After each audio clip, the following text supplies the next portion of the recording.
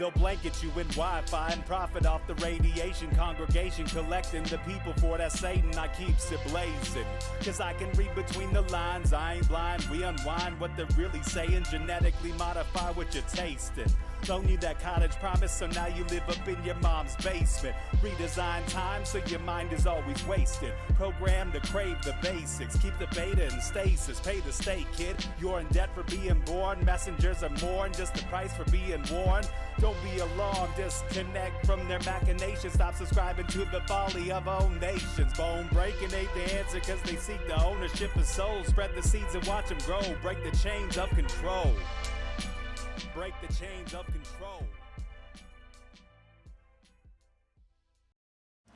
Sweet eternal balance of all that is good, true, and beautiful, friends. Tonight on Rogueways, we are blessed to meet once again with this rare soul who has traversed in full consciousness to the other side of life, straight into full death, meeting with God and heavenly beings, and seeing all of creation from a completely different, awake, eternal view, only to return to us with full recall, ready to share via every possible venue from his 2 books, his appearances on mainstream media network television and programming, and his presentations and inspirational messages he shares around the world to people of all faiths and traditions, as this knowledge and wisdom transcends the definition and boundaries. The mystic, the sage, the near-death experiencer, the returned and reborn Peter Panagore. Welcome back to Rogueways, and how are you doing tonight? Oh my gosh, that was such a great introduction, Lindsay. Thank you very much. It was the best probably ever. Oh, thank you. I'm great. Thank you. Thank you very much. I'm so glad we Glad get to be connect here. again. Thanks for having me back. Yeah, thanks for coming back. It's just, and if anybody didn't watch our previous show together, they definitely should go do it. I'm sure we'll cover some of it again today, but we've got some new things to talk about too, which is also really fun. But I do want to say to everyone listening out there to go check out the new Audible book. It's on Audible. You can search for Lindsay Sharman or Sine Curve of Aeons.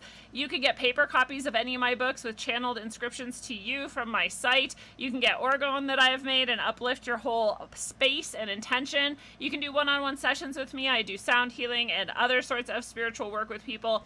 You can support me on Rockfin by becoming a supporter. You get my exclusive content. We did 2 episodes yesterday, a tarot reading and an interview you will only hear if you're a supporter. You can also be a supporter on subscribestar.com/rogue-ways, on rogue.locals.com, or if you're just audio only, you can go to Apple Podcasts and subscribe to the show as well and get all that exclusive content on audio. I do bonus shows every week for supporters. Middle Path is for supporters only. We do hangouts every week for supporters.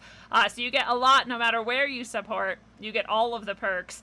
And there's more and more courses that I'm offering on Thinkific. There's always Rogue gear on TeePublic. And I think that's all, but I do so much. So I just like to let everyone know all those things. And Peter, the pointless question of the episode for you is, what is your favorite cool treat on a hot day? It would have to be swimming in a place called Barrett's Park in the salt bay of my house. Uh-oh. Got a little connectivity issue again. That's it. We had a connectivity issue. I said, go swimming in the salt water in the bay. You got it. We got that one. So everyone out there listening, Okay. You can send us your happy intentions for really excellent connectivity, and that'll be excellent today. Prayers up. So yeah, I love that. It was funny because when I was writing it, I was thinking of like ice cream or popsicles or like even a beverage, and you went to my heart's love, which is swimming in fresh or salt water actually, but just not pools. I like to swim in nature. So good answer. I'm with you. I like to swim in nature, and I really like the salt water because I'm a sinker in the fresh. Oh yeah, you get that buoyancy. Mm. Have you ever been in the Great Salt Lakes? I have been to them, but not in them. You'll float a lot there too. It's really nice. Well, That's what I hear. I guess we should remind people who didn't catch the last show, what happened to you, because it's extraordinary. It's an amazing story, and I would love for you to share it again if you would be so inclined. I am, but we're all the issue over here too. So who knows what's going on, but it's a little slow on my end. How far do you want me to go, Lindsay? Do you want me to tell the whole tale? bottom? Or I wouldn't am mind hearing it again. all right. Well, I will if you want to. I just got a notification says my internet is unstable. We've been having. I live at the end. Okay, I should tell people this. I live in a rural state. I live in Maine. I live in a rural section of that state, and I live on a peninsula that is rural, more rural. So Oh yeah. I died in 1980, and I died in 98. We're only getting robot sounds. We got the rural part, but then we just got robot sounds. I wonder, that's no good. No. What? I wonder if you leave and come back. Sometimes it helps. Sometimes it works. Let's try. I hate to do that to you, but I will. This is what happens in live shows. All right. We'll see you. I'm very excited for Peter to share his story again because if you were there, you know, but when he was on the first time, the way he shared his story, especially at the end when he talks about coming back into his life, it blew my mind because I had shared my own story, which is not a near-death experience as far as I was concerned, and I had shared it with very few people, and especially this detail, I couldn't quite understand why it was like this, but he had the exact same experience as me, and he's the only other person I'd ever heard share that. So that was super exciting for me. That's when I started thinking, maybe my experience was more like a near-death experience than I know. It turns out there's a lot of other similarities too. You're back. Is it better? I'm back. I don't know. Is it? So far, so good. These last 3 seconds. Yeah, so far, so good. Yeah, that's good. We'll go with this. All right. So where were we? You were about to tell us your story. We didn't hear any of that because that was all robot sounds. Well, and that's how it ended. No, that was just robot sounds the whole way through. So anyway, I died when.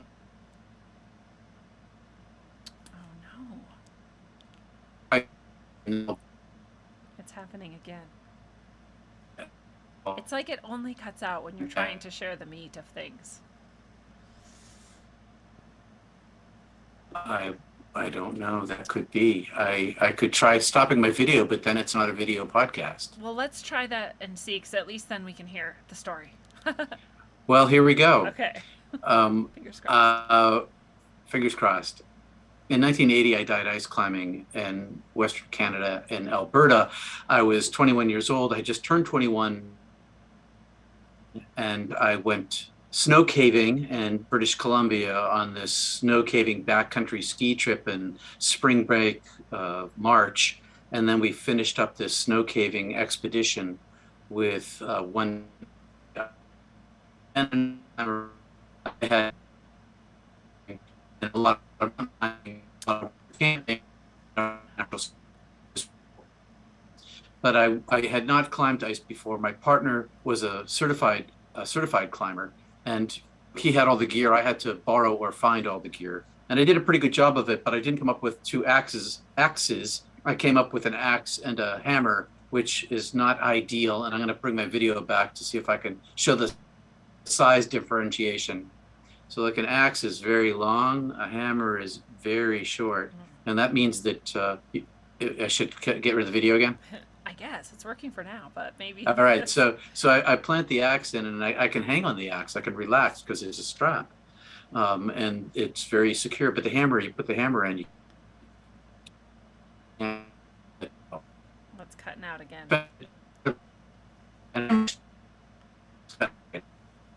The hammer is not designed for climbing. It's really designed for putting in and out screws as a screwdriver and an eye bolt, or chipping away at the ice to put such a screw in correctly. But you can climb with it, and so I did climb with it, and it was a very slow and arduous process because it was exhausting. And because it was exhausting, it slowed us down significantly, so much so that by the time we reached the top of this 3-pitch climb at 500 or 600 feet, we already knew that we were in serious trouble because all the other teams had descended. And as we actually sat down on the top of the ledge where we were climbing to, the last team walked out, and I remember they were looking up at us and waving to us, and the sun was going down, and they knew and we knew that we were in serious trouble because the temperature dropped 30 degrees in a minute. You know, at least that's what it felt like. Wow. So the sun goes down, it gets dark. Even before we got up to the cliff, situation. And ice climbing is not like backpacking or hiking in the mountains where you can, oh, there's a storm coming, let's turn around, let's go back. It's safe. You go back down the same trail. You can't do that in ice climbing. You have to continue up in order to then go down on a different route with rappel safeties. So we had finished where we were going, and by the time we an hour or two before we got to the top, we knew we were already scared. And so by the time we sat down the ledge and the last team left and the sun went down and it got very, very cold, very, very fast, hypothermia began almost instantaneously because we were dressed for it was March and it was in Canada, so it was cold, but it was a lot. We were dressed for that kind of cold, not for nighttime cold. Yeah. And so that meant that our hypothermia started immediately, and every muscle in my body started twitching, independent of every other muscle. And this violent, shaking, shivering experience of clattering jaw. And Tim was my climbing partner. Tim was in the same situation. I should emphasize he was a certified lead climber. So he really was pretty skilled, and we had agreed that I could make this climb with this axe and this hammer. I kind of bravadoed it, and he kind of agreed. We were both young bucks, and we're like, yeah, we could do this. So we did actually do the climb, but it was a silly choice, as it turns out, because we were immediately in a deadly situation. I was in the national school. I mentioned I'd been on it for a long time. I'd been trained in wilderness and first aid, and I knew how bad the situation could get. I knew that death was a real possibility, and so we talked about it and decided that we were gonna die. It was pretty obvious. We were going to die, and either we were going to die where we were, or we were going to die trying to get.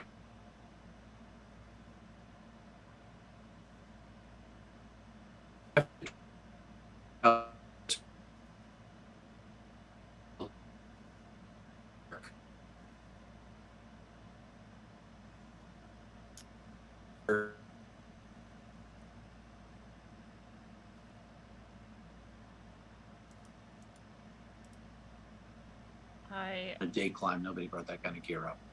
We cut out again. You're frozen. Yeah, I was gonna say it cut out again at towards the end. I think we got the most of what you said, but it was basically when you said you knew for sure you were gonna die, that it cut out again audio.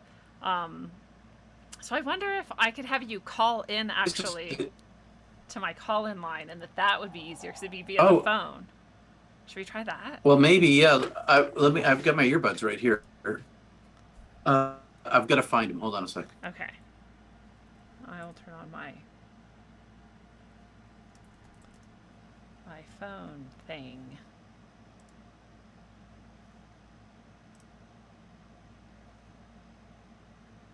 Uh-oh, now you're fully cut out, so hopefully I can get you my phone.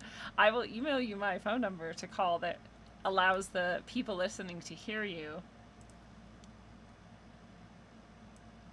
In case you can't hear or see me. So I'm just emailing that to you now. So you can actually just leave Zoom altogether and call this number that I have just sent you.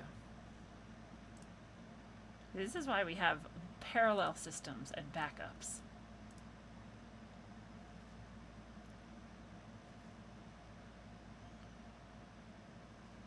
And the people of Rogueways know it seems like we get the more powerful energy and messages and things that we really need to hear and spread with each other when we have this much difficulty getting through to one another. Oh, did I turn off Do Not Disturb? Well, I don't think it was on. Oh, it's working. Hello, can you hear me?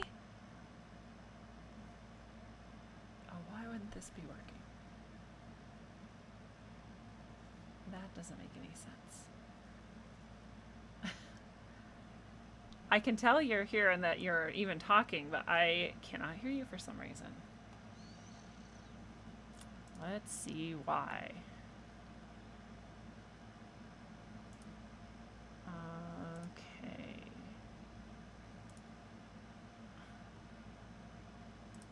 settings. Microphone. Oh, this...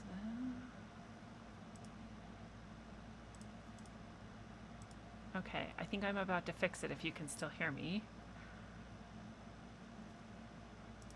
Can I hear you now? I should be able to hear you now. Oh, hello? Call from Peter Panagore. to accept, press 1. Hi, Peter? Hi, Lindsay. Oh, I can hear you. Now, Good news. we'll see if the people can hear you. So if you're in Rockfin or on YouTube, if you could just type that you can hear Peter now that I have correctly answered the phone and set it to the correct audio settings, that would be great. Otherwise, I've done it before where I'm just talking to myself and people watching are just watching me talk to myself, even though I'm talking to you. Oh, I've done that. I've totally done that. Okay, they can hear you. So, awesome. All right. All right. So should I begin again? Well, it was okay. We heard you up until the point where you were, I think, coming back down and knowing for sure you're going to die, which is a pretty scary place to be. Well, I don't have the trauma that I carried for so many years from it. So I'm telling it in a rather flat voice. But the truth is that we were petrified in a way that I can't even describe. We both knew that we were going to die. I don't know how else to say it. And we kept our heads, though, because it was only by keeping our heads level and dedicated to the task that we had any chance of making that off that mountain alive. So we were sitting on this cliff, and Tim hauled up the rope, which was a 300-foot rope. We used it as a double rope. It was 150 feet climbing distance, less than that actually. You want more line than you need, right? So he hauled it up, and it ended up in a 300-foot knot in the dark. And so I had to take off my gloves and untangle this. There was a 3/4 moon had risen, so I could see somewhat. I'm sorry. There were stars. The moon hadn't risen yet. There were stars, and there was enough illumination from the stars that I could see a little bit, because there were millions and billions of extraordinarily beautiful, colorful stars in the sky over them. You get frostbite pretty quickly, and we talked over, as we sat there with our legs dangling over the edge, what we were going to do. And we talked about snuggling up with each other, which is what you're supposed to do. One of the first things you do if you're in a hypothermic situation, you have somebody with you, or a dog or something like that. You cuddle up with the other warm body in order to conserve your heat. But the problem was, of course, we didn't have any heat. We were out of food, out of water, and it was super cold, and we were already shivering. And we decided that if we tried to survive by snuggling, we were definitely going to die within a couple of hours. Wow. So we decided to try to fight our way off the cliff. I want to emphasize that we were both, the week before we had spent snow caving together. We got to trust each other in a way that I think only that kind of high adventure, well, maybe not only that kind of high adventure, but that kind of high adventure can create a bond between people of trust. Once you see the skill set of the other person and they see your skill set, and you both don't ever panic. So we had an extraordinary amount of trust in each other. Plus, when you're when you're climbing and someone has you on belay, they have your life in their hands. And so I trusted Tim literally with my life, and he trusted me with his life, and we thought that maybe together we could fight our way off this mountain. And so we began this journey down. I could tell you all the details. You want to hear the whole story, Lindsay? We've been having tech issues, and I don't want to keep your audience from whatever they want to do. But if you want me to, I'll tell you all the details of what it's like to climb down in the dark. I've heard it, and I love it, not because, of course, I wish it happened, but because of how it ends. So yeah, share with us whatever you like. All right. So here we go. So we decided that the only way to get down was to climb. That's really what we had to do. So Tim and I roped up with each other, which means that he took this long, huge rope that we had, and he tied one end around his waist, and I tied a section around my waist, and I flung the rest of the line over me. And we're carrying all this gear. So we've got ice screws dangling off us, and carabiners and axes, and so we have a lot of gear on us as well. But we don't have any food, we don't have any water, we don't have any extra warm clothes because it was a day climb. Nobody had that kind of stuff on a day climb. So we traversed in the dark with 500 or 600 foot drop to our left, and the mountain to our right, like right up close. I should say the mountain went up another 10,000 feet. So we were only at 500 or 600 feet up. It was a very big mountain, but it was also extraordinarily steep where we were. So we were right up against the face with our shoulder as we made this traverse in the dark on a place where people traverse. So we walked this path that people traverse on the rock to get to the First Repel, which in this case was a tree sticking out of the mountain. And you're supposed to take a piece of nylon webbing, which is a long, thin, flat piece of nylon tubing that's tied in a square knot so that it becomes a ring or a loop. And you loop this thing around the tree, and then you stick your line through the loop, and you descend. So that when you pull the rope down to you, it doesn't get stuck on the tree. It slides right through that nylon loop, nylon on nylon. But we were part of the process of hypothermia is you begin to make bad decisions because your brain begins to get confused. And so our first bad decision was that we decided that this valuable piece of nylon webbing, it might have been $5 at the time, was too valuable to lose. And so we decided together that we would not do that because we might need it. So we wrapped the rope around the bark of the tree and then rappelled. And what happened when we got down to the bottom of the rappel, there was an overhang so that the last, 15 or 20 feet, I don't know how much it was free. We couldn't touch the rock with our feet. We had to slide down an empty space to this area that was maybe 12 by 12 with 3 feet of snow on it. And the first thing we did was try to get the rope free. And as we pulled the rope, it had frozen to the tree. The rope was wet from the day of climbing, and the tree was wet and rough bark, and it just froze to the tree. And so with both of our weight hanging on the rope, we couldn't get it free. And by this point, the moon had risen, and we could see much better. It was like a 3/4 moon. And I should set the scene for you a little bit more. So about 70 yards from us is the Icefields Parkway. And across the street from that is the parking lot where we parked our car, or Tim parked his car. And behind that was the Saskatchewan River. North of us, quite a distance, was Jasper, and south of us, quite a distance, was Banff. It's a long way to those two places, but that's where we're at.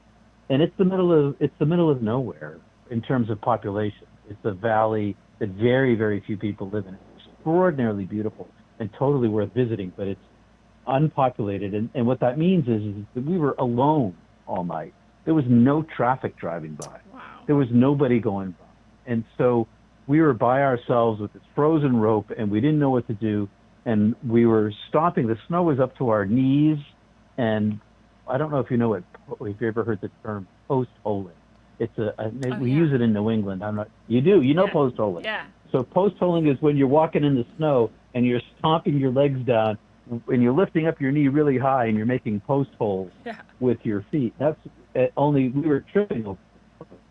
We couldn't keep our balance. We just kept falling because we were losing our coordination.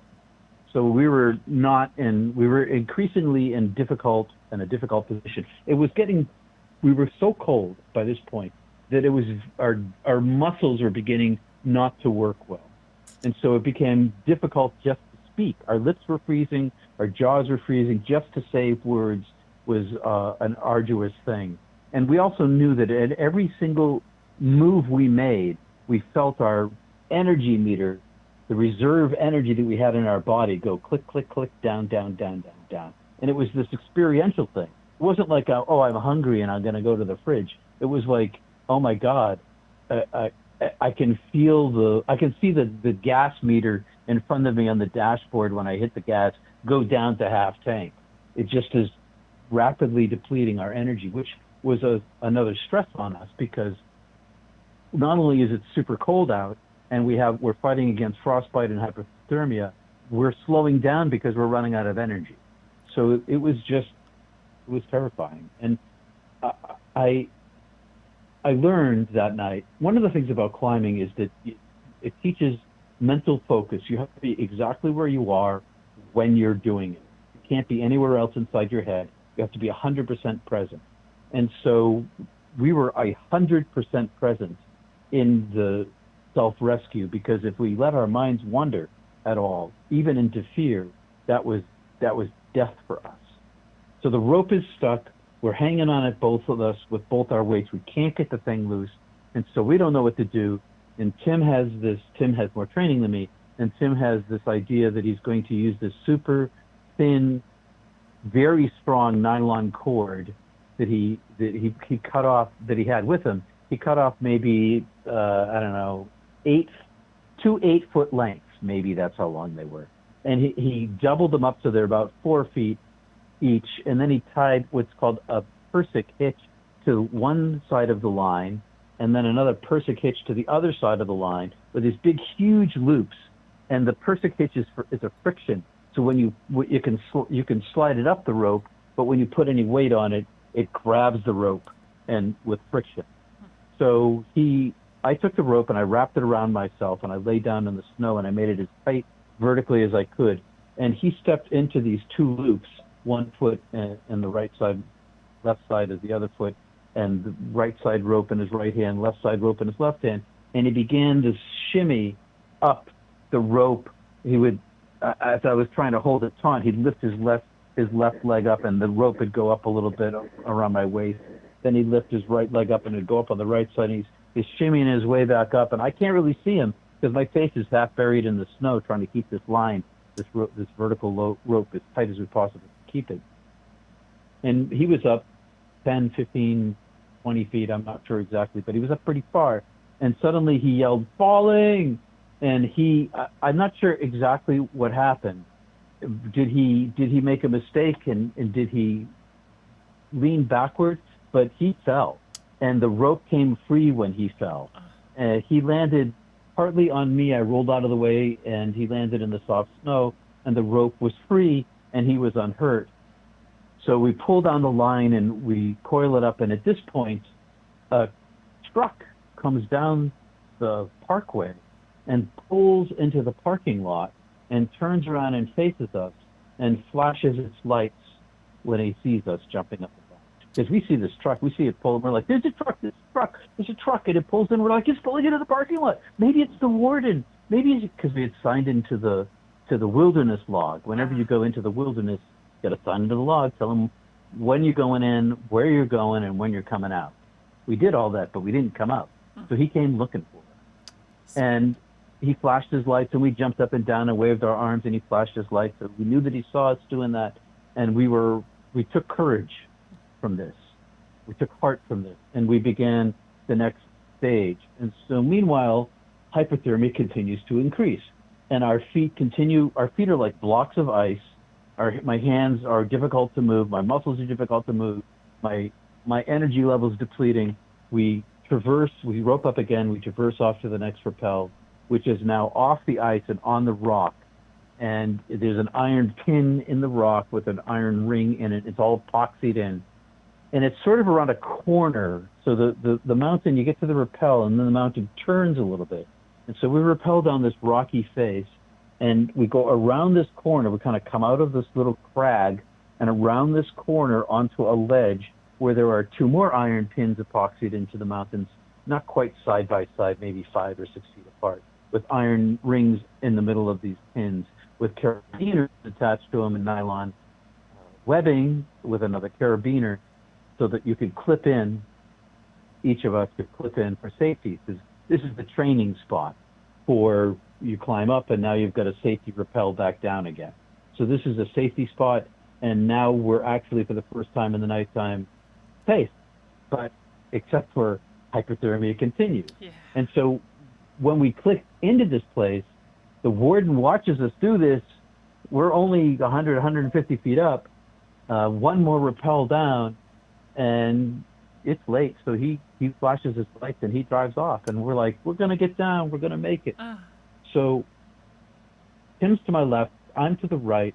I take the end of the rope, which is called the bitter end. The end of a rope is called the bitter end. And I took one bitter end, and I tied it to my harness. And I took the other bitter end, and I tossed it wide and an arc with my right arm to kind of give it some lift around the corner that it had to go around. And it did. It made this nice swing out. And once it was out beyond me and beyond the mountain, I pulled on the line to pull it down, but it jammed, like it got caught somewhere up above in a V-shaped notch of rock, and was just laying there, and all I had to do was pull it just to tighten it so I could not get it out. And so the situation is that the rope bends around this corner and then goes into whatever this jam is that I can't see. But because it bends around the corner, I can't flick the line and lift the line and work the line to try to get it out of this notch. Because every time I did that, I flicked the line and the flick would travel to the place in which the rope was lying on the corner of the rock, and the flick wouldn't go any further. So I couldn't work it free, and with all my strength I couldn't pull it free. As I pulled it again, it jammed even tighter, and then it jammed even tighter, and then it was just totally jammed. And in those pulls, I might have pulled it 6 inches, if that. And so now we're in the situation where we're really stuck because we don't have a workable rope. We can't get down. We can't climb back up because if I went out around the corner and put my weight on this rope, it very likely would have, at the wrong moment for me, come free and I would fall 150 feet. So we couldn't do that. We had enough presence of mind to decide not to do that. Okay, so my terror state continues to increase. But as my terror state continues to increase, I dig deep. I've dug all night long, the entire night. I dug deeper and deeper and deeper inside myself to find some kind of resource inside of me that'll give me the fortitude to continue on in this self-rescue. And as I dug deeper inside myself, I found like what I call either my mammalian mind or my reptilian mind, this very deep core inside my primitive brain that was only about survival. So that survival became the singular focus of every single thing that I was. Not just what I was thinking about, not just what I was doing, but there was a driving, very animalistic, very primal survival instinct that was driving me forward. That the worse my situation got, the stronger my desire for survival became. And so I had this very strong drive to survive and this very weakening body that were in constant play with each other. So I'm driving forward even as I know my situation is desperate still, or even worse now. And I am also controlling my fear. And when I finally came to the conclusion that Tim and I had even stopped talking unless it was absolutely necessary to talk, this was true for every motion that we took. Every single step that we took, we felt our energy meter go down. So we were very careful about everything we said, every action that we took. And we spent some of our energy to talk about what was going on. And I explained to him that the rope was stuck and it was probably in a notch and there's nothing I could do about it. And that we discussed whether I should untie the rope from my harness and maybe he could reach over to me and grab the rope and help me pull it. But we decided that that was a crazy idea because if I could drop the rope, he could drop the rope, or we could drop our mittens. It would just make the situation worse and maybe not save us at all. Yeah. And besides, the rope wasn't long enough to actually reach him. So as long as it was clipped into his harness, there was only so much slack in the harness. So I at this point, my feet are like those ice blocks you get at the convenience store, and they don't even hurt anymore. They've gone beyond. And I have to say that frostbite is fire. I know it's ice, it's cold, but it feels like fire. So my feet had been on fire all night long, and now there's no feeling in them. and my fingers are blistering, and my face is frostbitten, and I can't get the rope free. And I look out over at the mountains across the river, across the valley, and they're illuminated because of the moon and the 10 million stars in the sky with all sorts of beautiful colors. And I suddenly realized that I wasn't going to get out of this. This was it. And around that point, my chest, my body got warm. I started to sweat. That's what it felt like anyway. It felt like all of the blood had rushed from my extremities into my core. And I remember thinking to myself, oh, my core is finally warm, but that means my feet are going to get cold. Well, I don't really need my feet, do I? I really need my heart and my lungs. This makes sense to me. If I lose my feet, it's okay, or my hands, I've got my heart and my lungs. And then I decided to unzip my coat, which is what crazy things hypothermic people do, which is why they sometimes get found naked. Yeah. So I unzipped my coat, and Tim, don't unzip your coat, Peter. I'm like, I don't care. I'm hot and unreasonable. And I remembered my family, and as I remembered my family, this sort of peace settled on me of acceptance of my situation. I felt terrible that my parents were gonna lose me. My sister had vanished and run away, and it's a loss that is forever because there's no funeral, there's no resolution to it. There's only loss and grieving, not knowing. So this long process of mourning in my family, for the loss of a child, my sister, and they were going to lose me for sure. And I felt guilty because the reason why I was there, ice climbing and snow caving, because I did not want to go home for spring break. I didn't want to go back into that environment. So I decided to go off and do this adventure. And I felt terrible about the law that my parents would lose me, but there's nothing I could do about it. And I just suddenly, my drive for survival ended. I was no longer driven. I was at peace with my situation, and I thought it was a fine place to die, a beautiful place to die. And then I began to fall asleep. I would fall asleep, but it wasn't like snuggling in my pillow and something cheap. It was like a curtain would drop, and a curtain would drop across my mind, and I'd go into blackness, and I'd be asleep, and I would collapse, smack myself on the rock.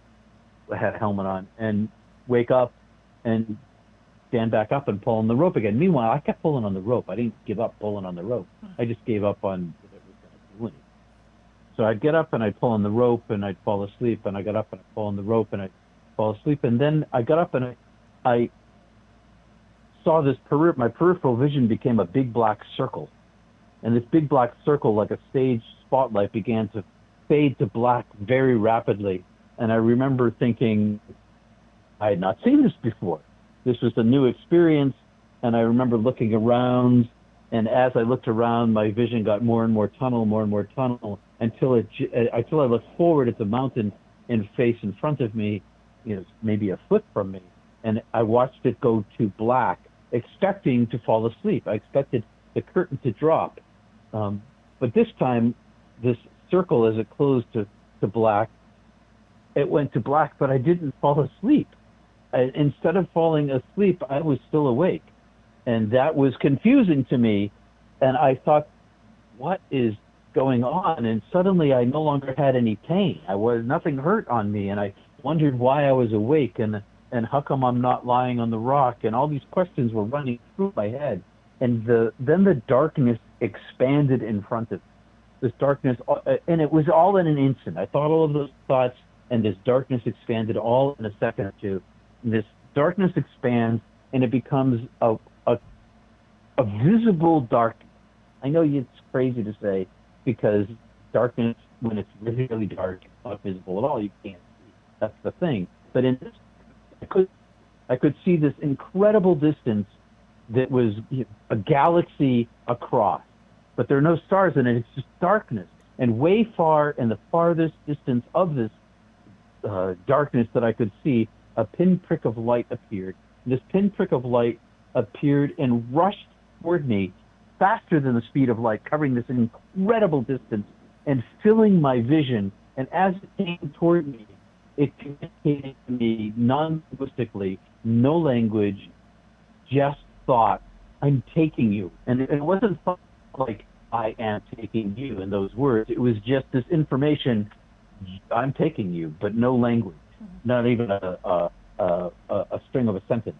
And it rushed toward me so fast, and I refused. I dug down deep into mammalian mind or reptilian mind and put up my survival, and I put it up like a shield in front of me.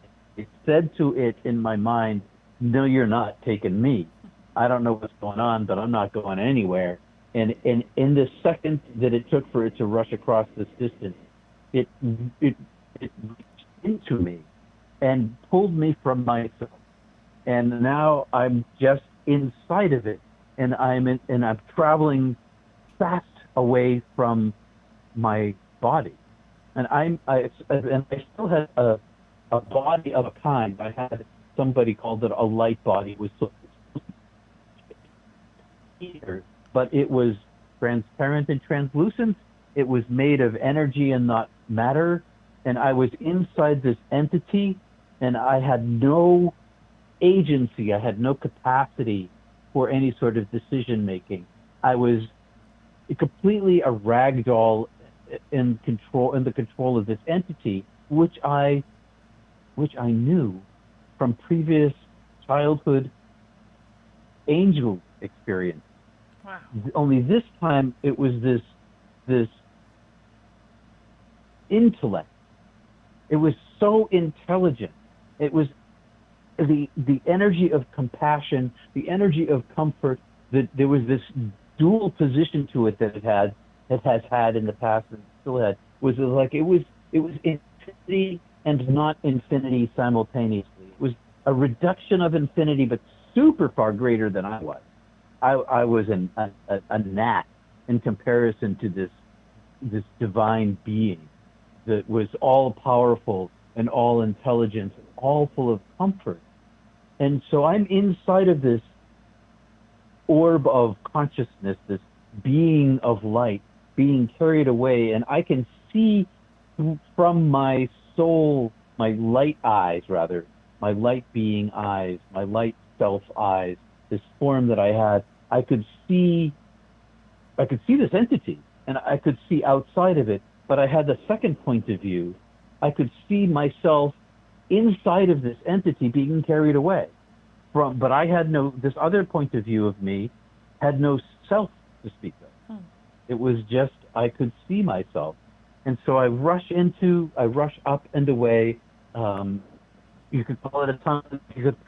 I think of it as an elevator, sort of like a very fast elevator. I'm just carried by this entity, and I have no control of my situation to the edge of the point at which I first saw it. And when I get to this edge of this point in an instant where I first saw it, I don't know whether it expanded into this heaven or I popped out of it into this heaven, but there was this continuity between these two things, but somehow they were still separate. I don't really understand it. Everything that I say about this is paradoxical, and I speak only in metaphor because I had to go find a language to think about what happened to me in order to try to talk about it to myself, so I'd have some sort of understanding as a human being what had occurred to me. But that came much later on. So I'm now in this infinite darkness. In this infinite darkness, I am content. I am an orb of energy. I am a consciousness expanded. I'm 10,000 times bigger than my human body ever was, and I am not made of matter. I am not made of electrons or photons or muons. There's no physicality, micro or macro of the universe about me, but I am a singular consciousness, like an orb of energy, an orb of light. And my senses and my thinking and my identity are all one thing. So I see off into this infinite distance, but I can't see the origin of infinity. As far as I can see in 10,000 directions simultaneously, I can see the further and further toward infinity, but I can't see infinity itself. And this heaven is it's the size of the universe to me, and I am in it, and I am unafraid, and I know myself as myself for the first time. I think not for the first time in my existence, but for the first time since I'd become Peter. I remember who I am, that this is who I'd always been, and that Peter had never been who I was. And that I am this pre-existent energy of consciousness. And I'm alone and content. But this darkness is not dead. It's not it's a nothingness. It's no thingness, and it's dark, but it's simultaneously illuminated. An ultimate paradox of darkness and illumination, and it is alive.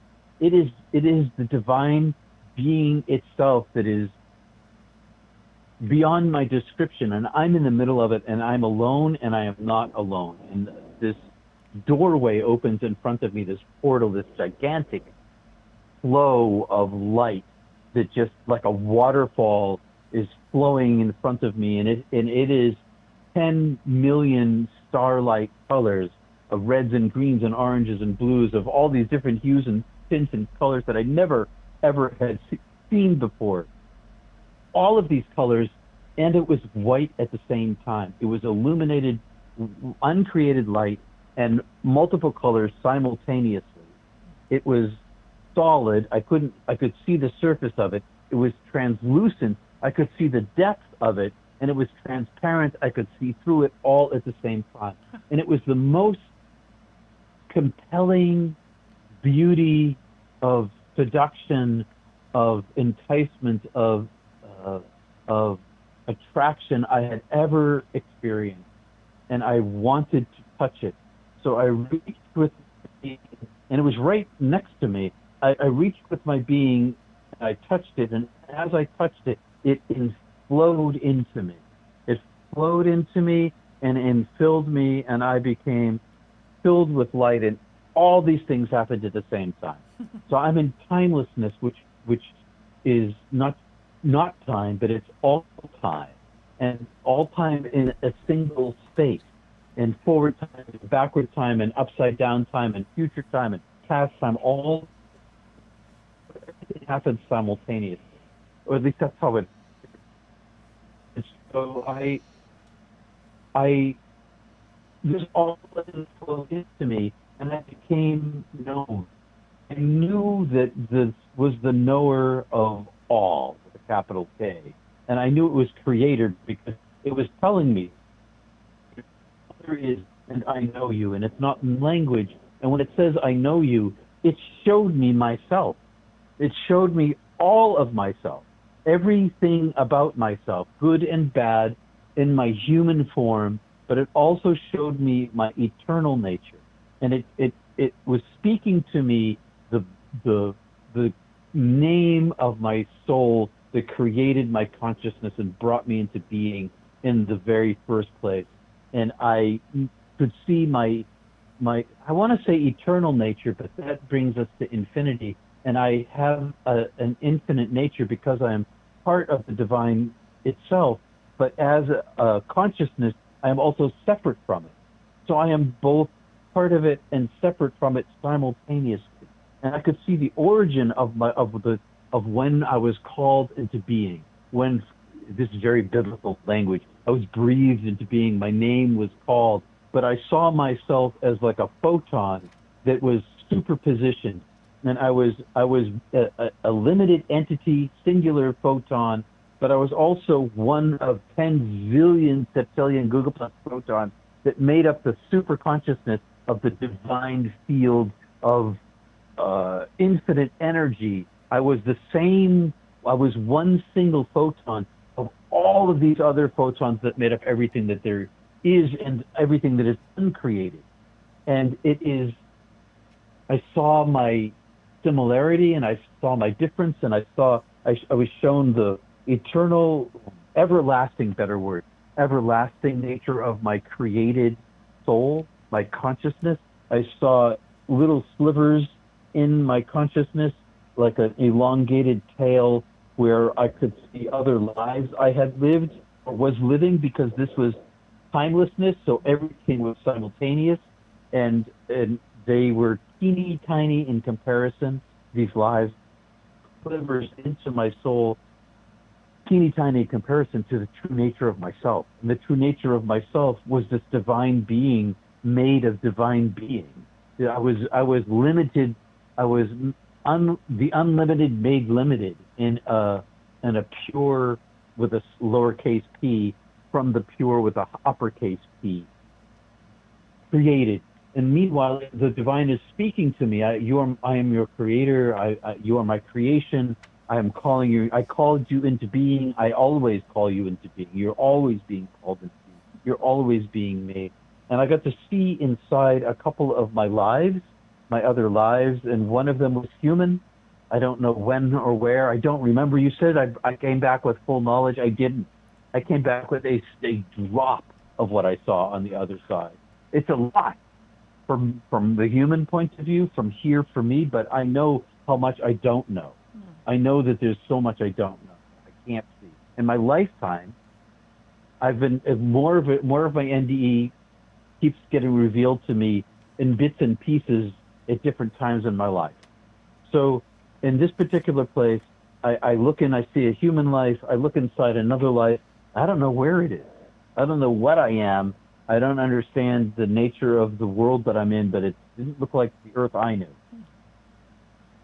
So then there were all these other lives, but none of them made up the soul of myself.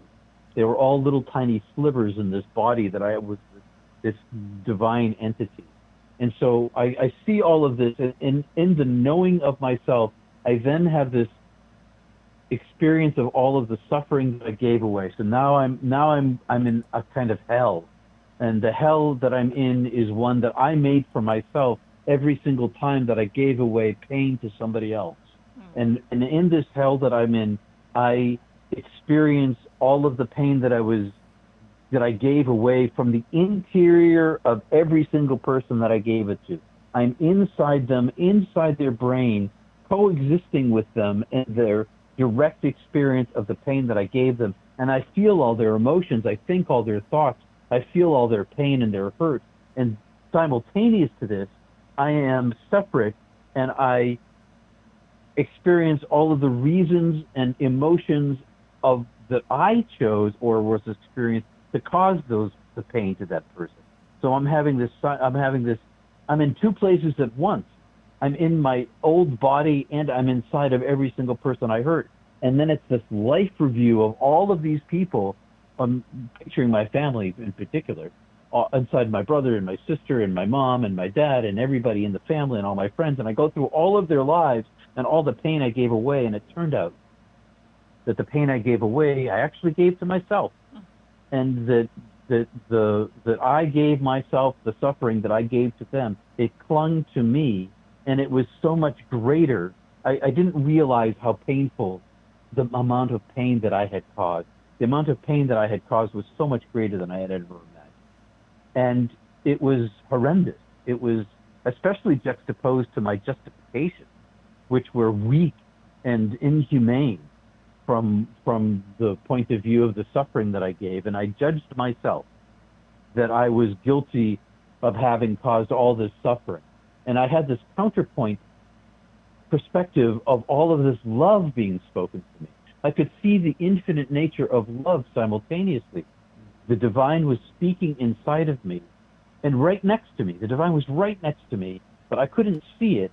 And it was all that there was in the universe around me, the heaven around me.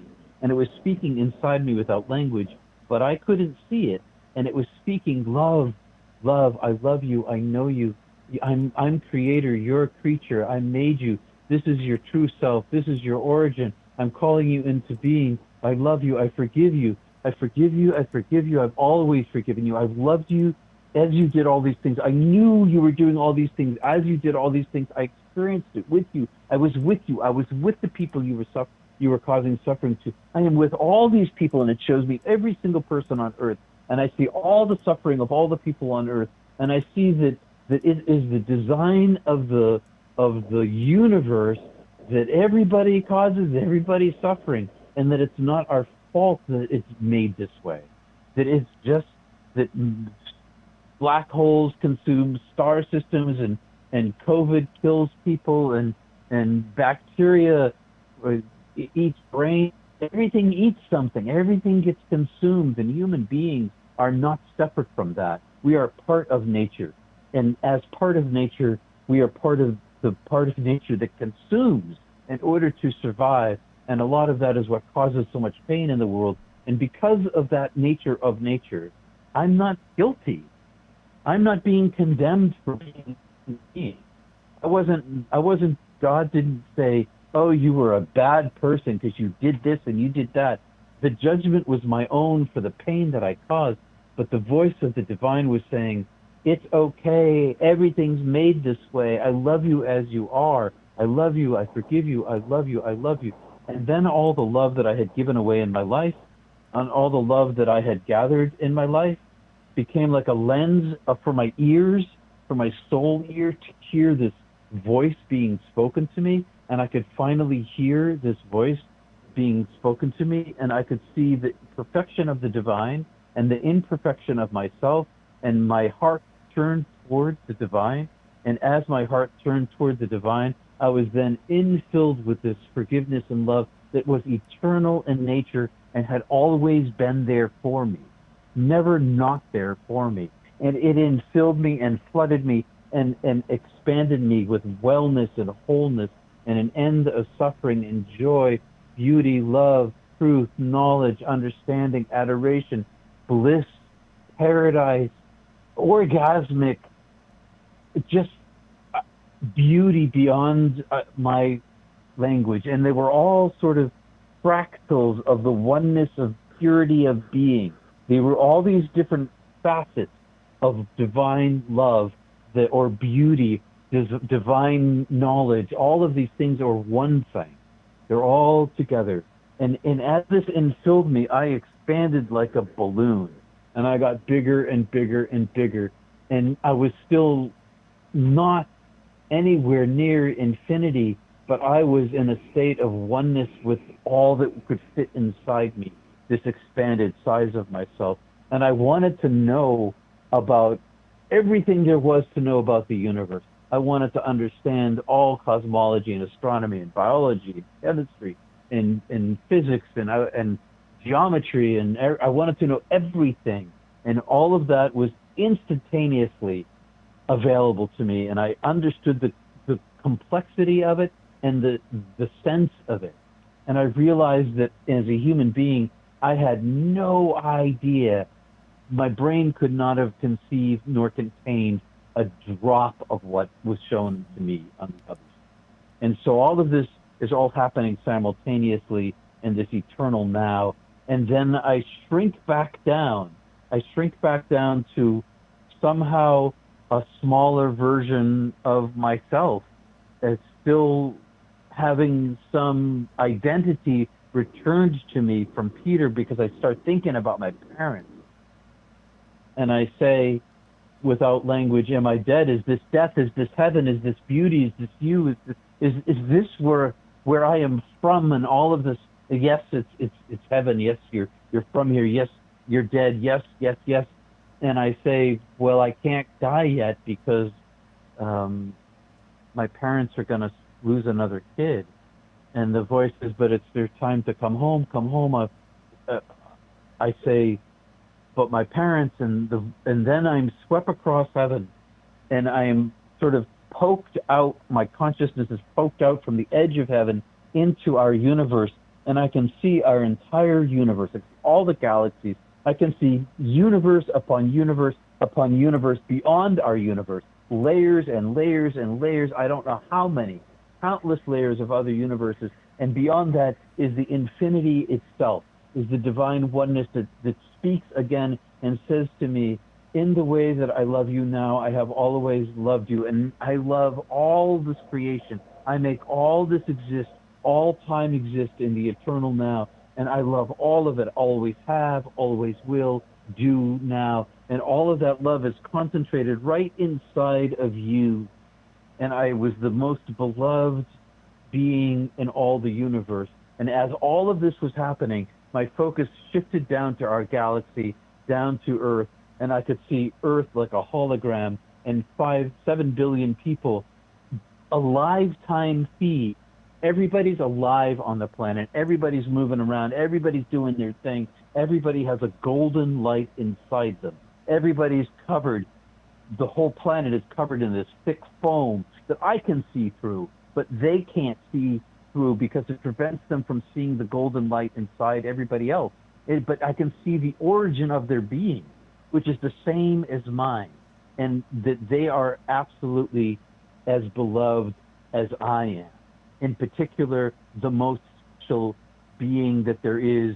Every 7 billion people are the most special being that there is, most beloved by the divine. And I see that goodness reigns inside the core of our being, and that the origin of all of ourselves is this unitive state, and that everybody is beloved, always have been, always will be. Nothing and no one is ever lost. It's always just transforming, just growing, just at the best times expanding in life. I see all of this at once, and then I see my parents' faces, and I see the accumulation of their suffering, and I see 2 life journeys for them. I see a further accumulation of suffering without me, where I die, and they suffer extraordinarily. And then I see a parallel life where I live, and they suffer less because they don't lose me. And then I see the end of their lives, and I see their well-being just like I see the well-being of myself and the well-being of every human being. I can see and understand the well-being of our universe and all the universes being created by the infinite being.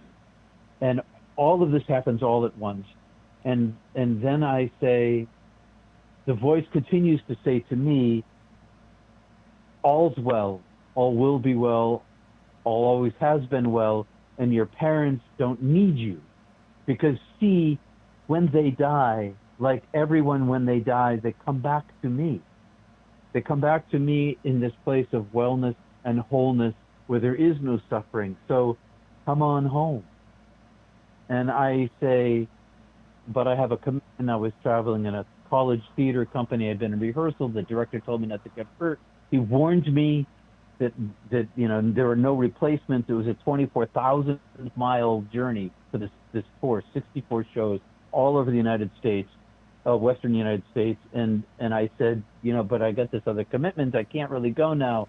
I made this promise, and the voice ignored me. The divine ignored that and continued to invite me home. But my tug was to my parents, and I said, well, I now know that the length of my human life was a wink of an eye. It was so brief and so fast and so quick that can I come back here again? If I go back to live my life, to soothe my parents, to give them some solace in their life until they die and find this for themselves, it's not a big deal because my life is only the wink of an eye, my human life. So can I go back? And if I can go back, can I come back here to this divine state of heavenly being? And the voice said, yes, you can go back. Yes, you can return to this divine state of heavenly being. It's who you are. I say, so I choose to live my life. And the voice says, you won't live your life, and shoots me out. And as I shoot away, I take on more and more form. I'm still being carried by this light entity, this angel who carried me, which is the divine self. It's still God present to me. And I get more and more physical, more dense and heavier as I travel toward these 1 million doors in front of me. And all of these doors, in the center of all of these doors is a ginormous beam of white light traveling inside of all of these. And I know that the voice is telling me, go to the light, go to the light. And I know that I'm going back to my body. And I can see that the light core in the middle of all of these millions of doorways, entryways, is very bright around most of the doors that are close to it, and as it goes out to the outer rim, the light becomes dimmer and dimmer, and the voice says to me, choose. And I choose some self. I want some autonomy. I want some Peterness to me, and that's what I choose. I don't choose the divine infinite light. But I still choose some of the light. And so I enter this doorway where it's kind of a mix between the light and much further away is the doors that are nearly not illuminated at all. And as I enter into this portal, I see all of the probabilities of all of the potentialities of my life, everything. I see all of my lives that I could live, and there's a million of them, depending upon the choices that I make. And the first choice I made was this one entry place. And then all the choices that I could make could lead me out to the outer edges or down to the divine white light. And I see all of these lives all at once. And meanwhile, I'm still traveling at this supersonic light speed back toward my body, and I get denser and denser and denser, crushed tighter and tighter and tighter like a compactor. And then I am this entity, this divine being, screws me back into my chest, my human chest, and I enter into this form that I don't know what it is.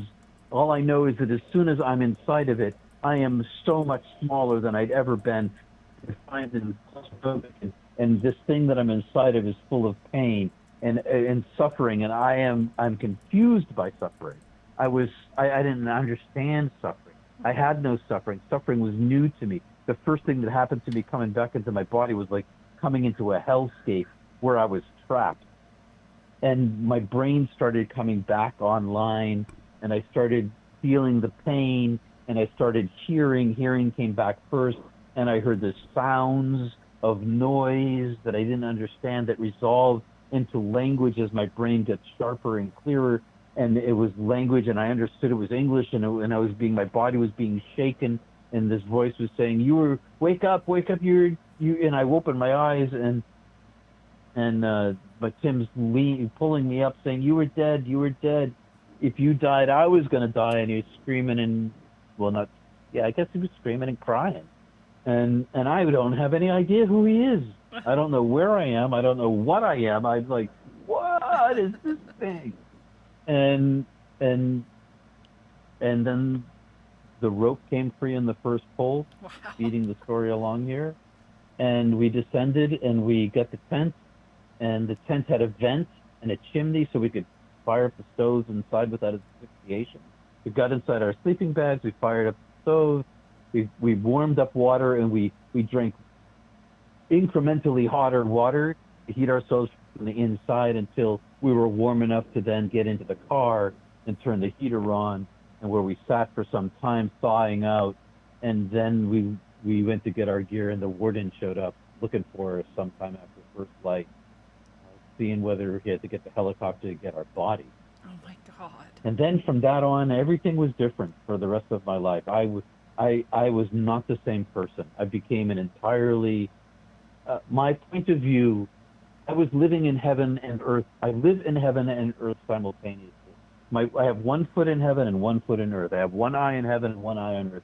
And my whole point of view of everything became radically different from that point. So that's a long tale to tell. But I can imagine. Well, it's long because of all the depth and detail you were able to, and then you say like you didn't actually have full recall. This is like through how many filters and all of those metaphors, which I totally understand. I think this is part of why I was drawn towards writing and literature, because that was going to give me like the only way that I could find to experience the divine, or at least be able to try to correlate it. And I've always said, and many people much brighter than me have said, like, language is worthless. Like, it couldn't even come close to describing the truth of most things, but especially not those things that you dove all the way into the other side. But you have more detail and more clarity to your recall of that death experience than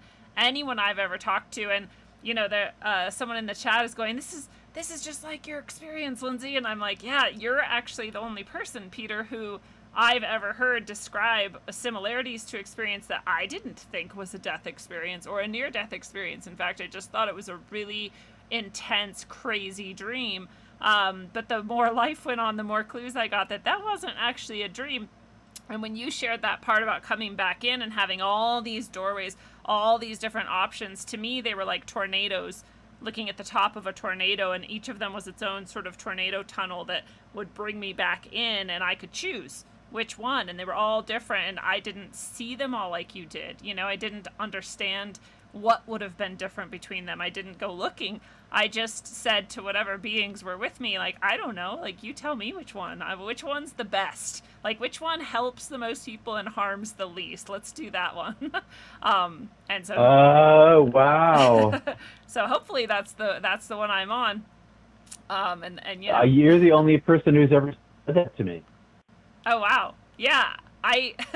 Well, and I loved the first time I heard this story, that and a couple other aspects of it. When you talk about the darkness, it's also the same. I went into that darkness and I had the same exact difficulty in explaining it. Like, I could see forever, but there was only black. There was no detail. And the light was the opposite for me, because again, I don't think I was dead, but I saw the light and I was like, I want to go there. The light did not want me to come to it. I put all my will into speeding towards it as fast as I could, and it took me forever to even get close. And something was like watching me, and it was going to come for me as soon as I like went too far, and I knew that. So I was going as fast as I could because I wanted to know, like, what is that light? I could tell that I love this light. And I got to it, and it was just this window that I like pressed against, and I could see on the other side was just the most beautiful in my experience, right? And this is my own metaphorical interpretation of it. I think, you know, I couldn't go there. I was barred from it, so it was a window to me,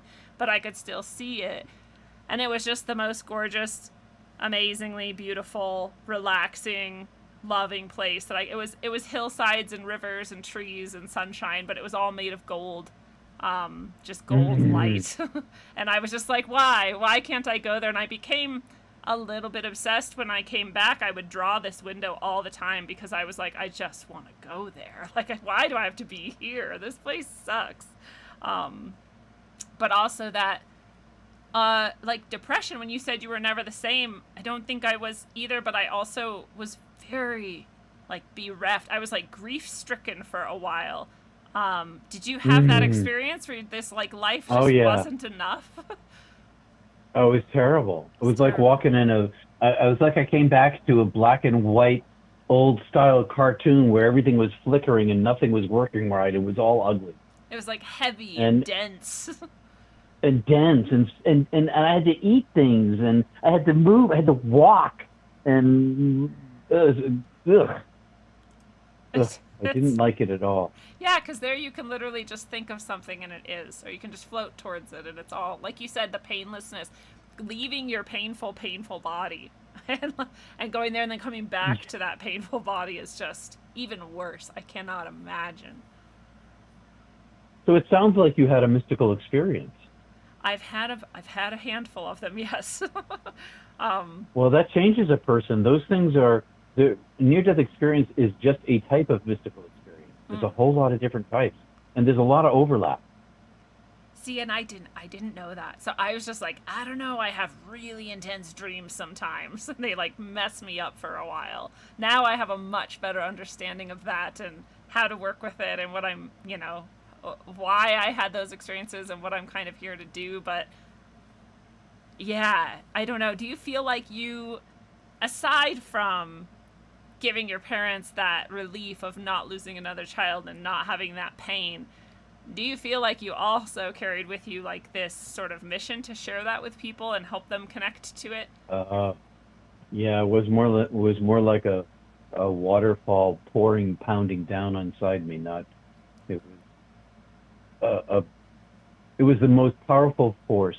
So the second day after, so we treat ourselves for hypothermia. The warden comes to see if he needs to get the helicopter, and off we drive. And it's like a 12-hour drive back to Bozeman, however long it was. It was a long drive. And we were exhausted. And so we drove up, because it was, you know, winterish. The sun went down around 4 or whatever time it went down up there. So it was dark, and eventually what happened is we sped through a town and we got arrested, and we went to jail for a period of time. Wow. We had to, not very long, but long enough to decide to dig into our boots to pull out the money to pay the fine, because the Mountie was not going to let us go. until we did. So we paid cash, and they brought us back to the car, and then I totaled the car. We hit a semi head on under the rear wheels and blew the car to smithereens. And neither of us got hurt, but the car was completely totaled. God. And we had to then sleep the night on a hotel floor, long story made short. And I had a stutter suddenly, and Tim was livid with me because I totaled his car. And so we took the rest of the money that we had, and we bought him a bus ticket, and he took the backcountry, cross-country skis and some of the big gear and took the bus to Bozeman, and I made a sign, and I took the smaller gear, the crampons and ice axes, and hitchhiked back. And on that second morning, as I held up my sign to get my first ride at dawn, the sound inside of me was like a roaring lion, like 10 billion trumpets, like the Niagara Falls magnified, and it was just this roar inside of me, and it was my soul name being spoken, which I can't tell you because there's no language for it, and it's being spoken inside of me, this loud roar. And what it also says is, speak, messenger, speak, give this away, this is your job, you signed up for this. And I was like, F you, I'm not doing that. I have no idea what's going on. I don't even know who I am anymore, but you don't give me any words, you never use any words. How can I speak about the thing that's unspeakable? And I decided in that moment, I didn't really understand what happened to me, but I knew that it was more powerful than I was, but the only power I had was to shut my lips. So I shut my lips against ever speaking about it. Wow. Because I didn't know what it was. I couldn't control it. It was all there was for me, and it was completely consuming me. And I was afraid that if I spoke about it, first of all, I didn't know how to speak about it. And second of all, if I spoke about it, nobody was going to believe me. And so I decided never to talk about it. And then I went on my whole life changed. I became a different person, living in an alien body in this world that was not where I was from, not my home, dove into depression because of all of this for this extended period of time, prayed for my death every single day of my life until 2015 when I died again. What? Take me home today, God, or today's a good day to die, or I'm ready, you can get me anytime, any kind of thing like that. And you're not the first death experiencer to tell me that too, and I think that would surprise a lot of people. And while I didn't necessarily have that, when I would become very, very sad, I would say, like, I just want to go home, and people would be like, you are home, and I'm like, no, I'm not. No, I'm not. Yeah. So I relate a little. Well, I'm glad to hear you say that too, because it's rare to run into anybody who has that sort of, people would call me morbid. They'd say, oh, that's morbid. If I ever, I would tell I tell my mom that now. Mom, heaven is totally great. I can't wait to die. Oh, don't be morbid. You're like, no, I'm not being morbid. Yeah. I'm being the opposite of morbid. I'm very excited. Right? This is the morbid place. This is the hellscape.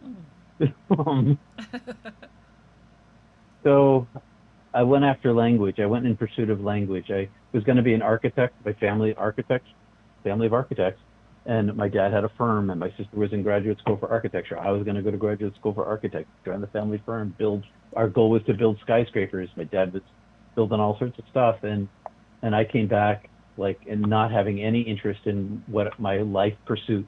Well, I'd been planning on this my whole life, working toward it, and I gave it up in an instant. All of that was gone, and I decided that I had to explore this thing that I didn't understand. So I went to school to learn the history of mysticism, because I figured, I was an English major and I had some exposure to the Romantics and the Transcendentalists and their influences, which came from the East, a lot of them, and meaning Asia, India, China, and I decided that there must be literature out there that can help me understand, and maybe there's a peer group out there. So I ended up at divinity school studying mysticism, which is not what they teach there. But at my university, my dean of students allowed me to study across the university, and I did a 3-year independent study under her tutelage. And she even found money to hire a professor for me, among other things she did for me. Wow.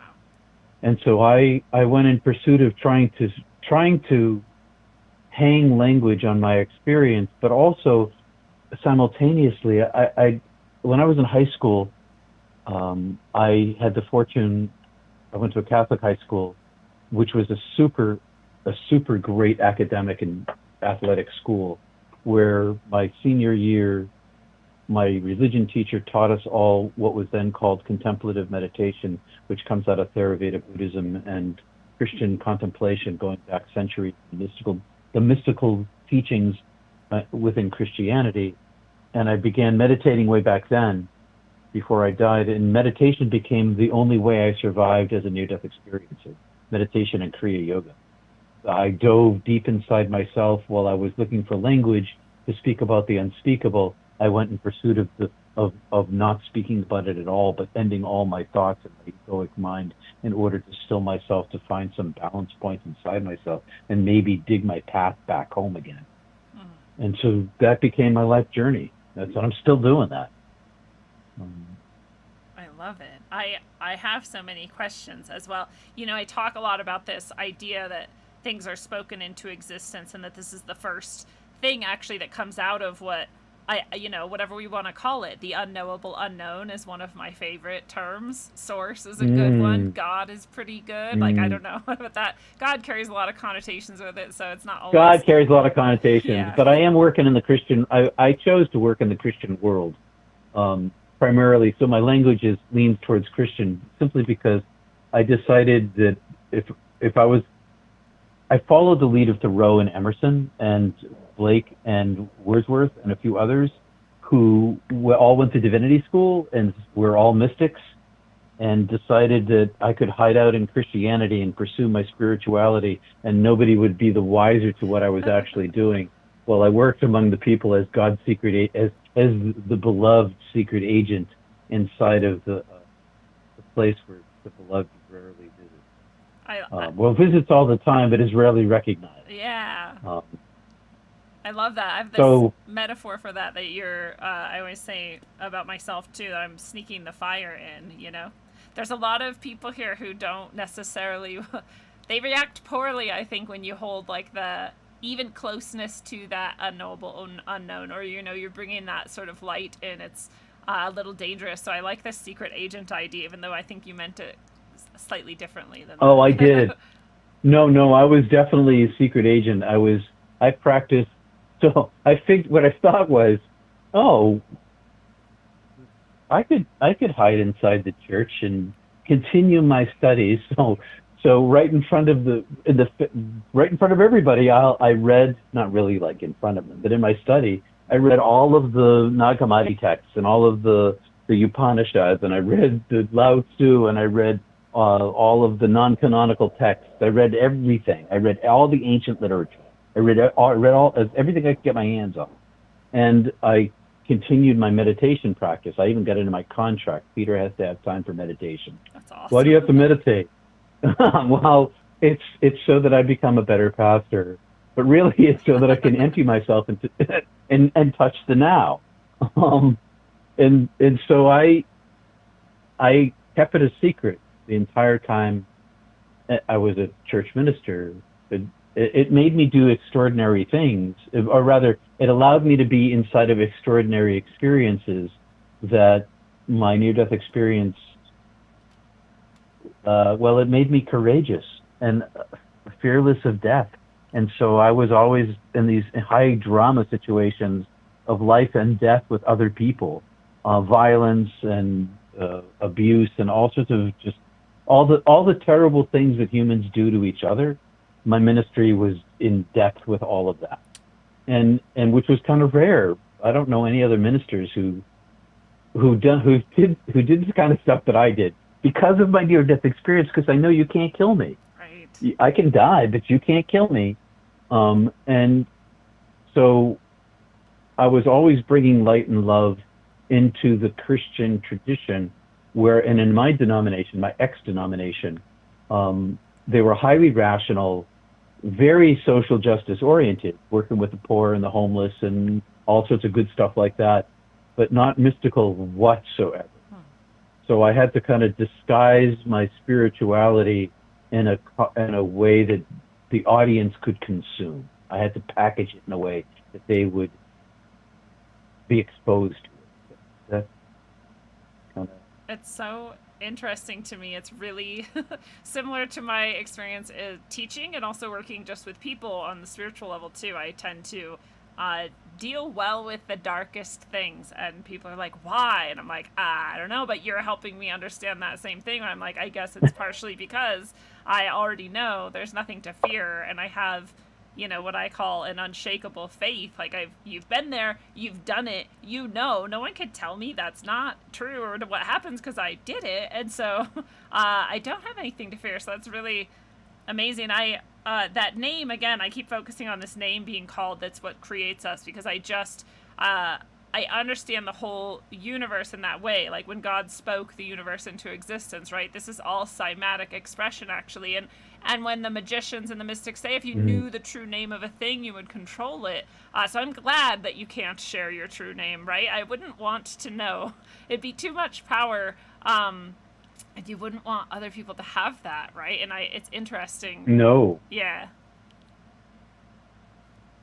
I'm sorry, I was just agreeing with you, that's all. Oh, yeah. So I'm just fascinated by that cymatic sort of nature of the universe, but that you might be the only person I know who has any conscious recollection of what that sounds like, right? Like what it would feel like to be spoken to or to hear the sound that is you, actually. All the parts of you. All of me, and not just my physical, but my soul, my consciousness, the origin of my being, my true self, my true nature, my actual self. And once you know that, well, it's like you said, it's unshakable. Nobody can convince me otherwise. And it's not a rational decision that I made. It's experiential, like you said. Yes. I know that this is real because I've been there. That's what I would call true gnosis. That's what I'm after when I talk about gnosis. Like, you know it. It's not because you read it somewhere and studied it. You know it, actually. I want to hear about a few things too. Like, I would love to hear about your childhood angel experiences, and then a lot of people in the chat, and myself included, want to hear about your second death experience. If you could share with us about those things. Sure. So when I was 5 years old, I'm trying to figure out how to make it brief. I had my first ecstatic experience. I was sitting in a maple tree, and the leaves were flicking. It was the leaves were dark green on top and light green underneath, and they were flickering back and forth in the breeze in a very hypnotic way. I was like one branch up. I was 5 years old. I wasn't up high in a tree. But I became mesmerized by this, and as I became mesmerized by this, I sort of slipped into this quiet state. And when I slipped into this quiet state, suddenly this angelic being, this divine entity, this agent of light, was roaring behind me like a waterfall, like trumpets, and it appeared behind me and reached inside of me and took me and carried me up itself and into like an orb of space that it became in a void of darkness. And I was inside this void of space, and I could see my little child self in the tree. But I also knew that I was not that person.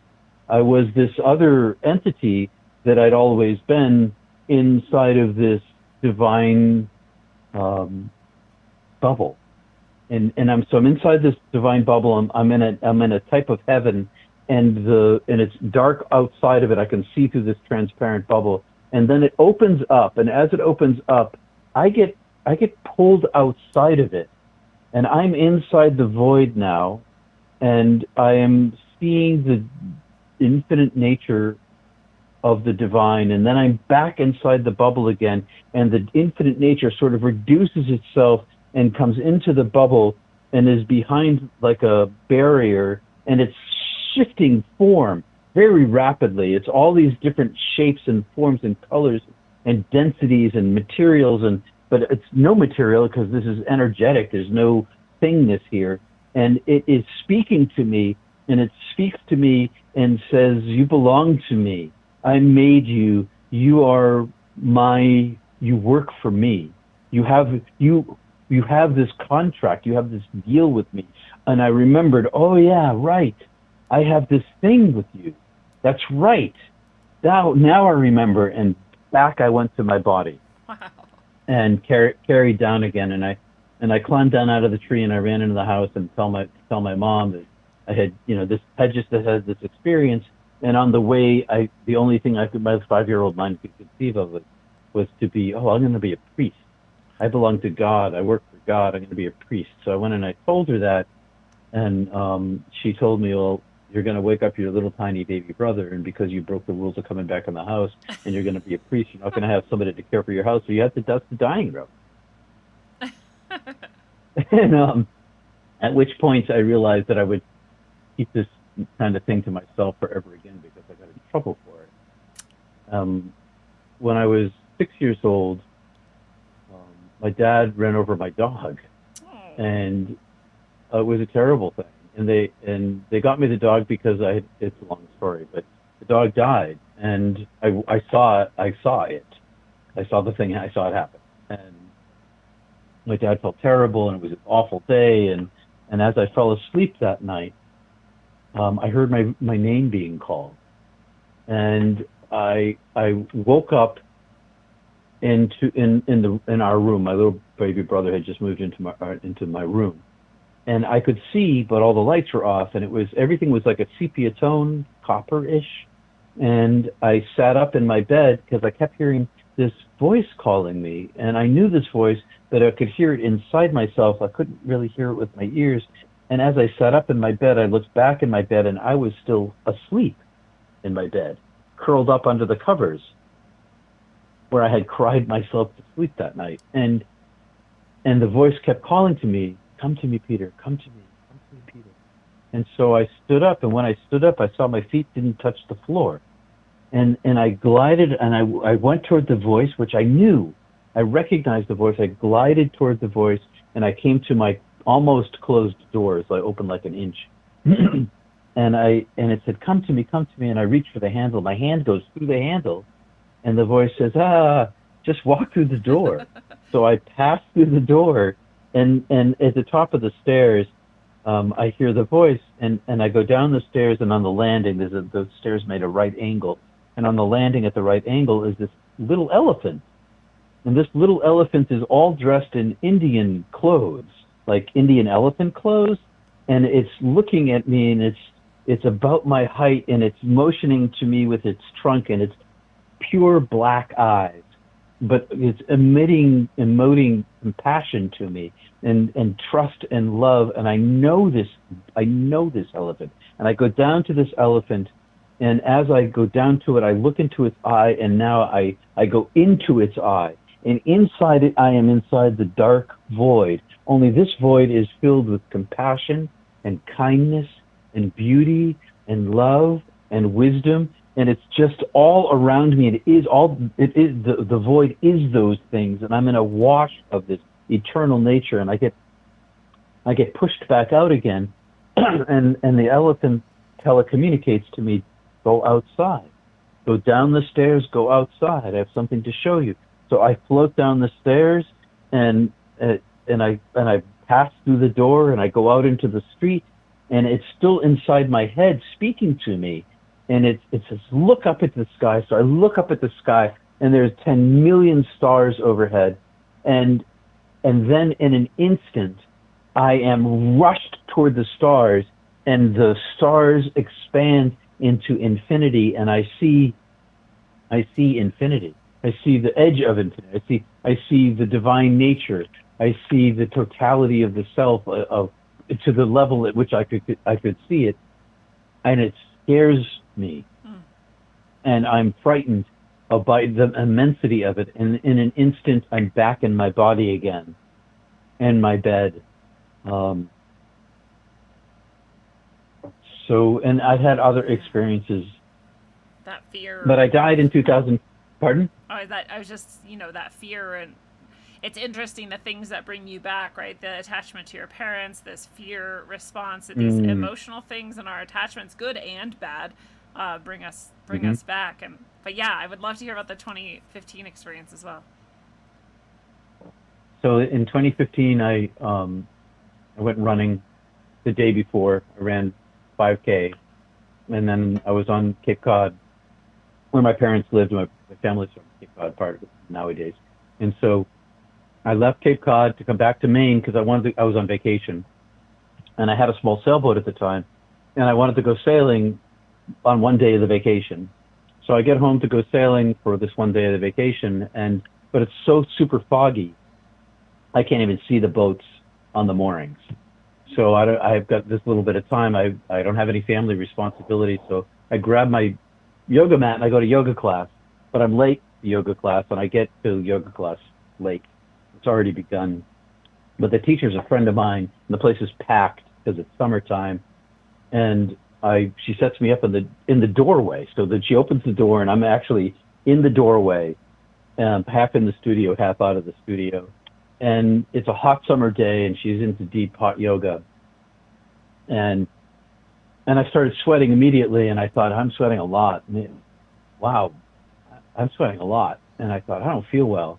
So I lay down on my mat, thinking this would pass, and I just start to sweat more and more and more, and I realize my heart hurts. And I think, so meanwhile, in between all these years, I had become a licensed ambulance attendant. So I've been working on an ambulance as well for a period of time. I had volunteer. And so I was like, I'm having a heart attack. Well, it can't be a bad heart attack because I just ran 5K yesterday. So I decided, so that I wouldn't disrupt the class, I got up and I left. And I went outside. I just want everyone to know that this is, for some reason, what especially Americans apparently do, is we go somewhere else to die politely so that we don't bother anybody, which is ridiculous. So I love that you did that too. Well, I didn't want to disrupt people. Yeah. And so I went outside, and I thought, I'll lie down in the cool. The grass and the shadow of the building still had dew on it from the morning. And it had been foggy, although it was sunny now. So I lay down in the dew grass thinking that it will cool me down. And I lay down, and I was lying there, and it was very comfortable. And my heart continued to get worse. And so finally I realized, oh my God, this really is a heart attack, and I should get myself to the urgent care center. Our hospital had just closed and become an urgent care center. And my car was, 15, 20 feet from me. And so I decided to sit up, and as I sat up, I couldn't get up. I was like, my heart exploded with pain. I was like, whoa. And I lay back down again. And I thought to myself, today's my day.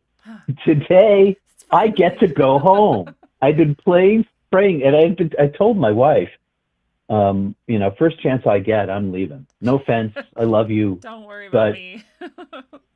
I'm going. And so I'm lying there, and I thought I had all this time by myself, and so I'm lying there thinking, I get to die today. And then I had thought, well, I really should probably go to the hospital because I should at least try to live, because I had a granddaughter who had just been born, and my kids were in their 20s, but they were not fully, launched yet,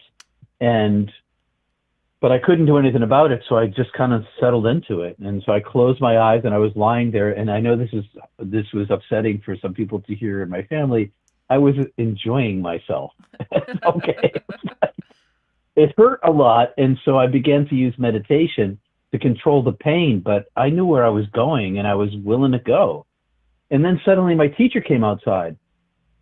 Are you all right, Peter? I said, no, I'm having a heart attack. She says, you can't be having a heart attack. Look at you. I was like, super fit, and for a person in their 50s.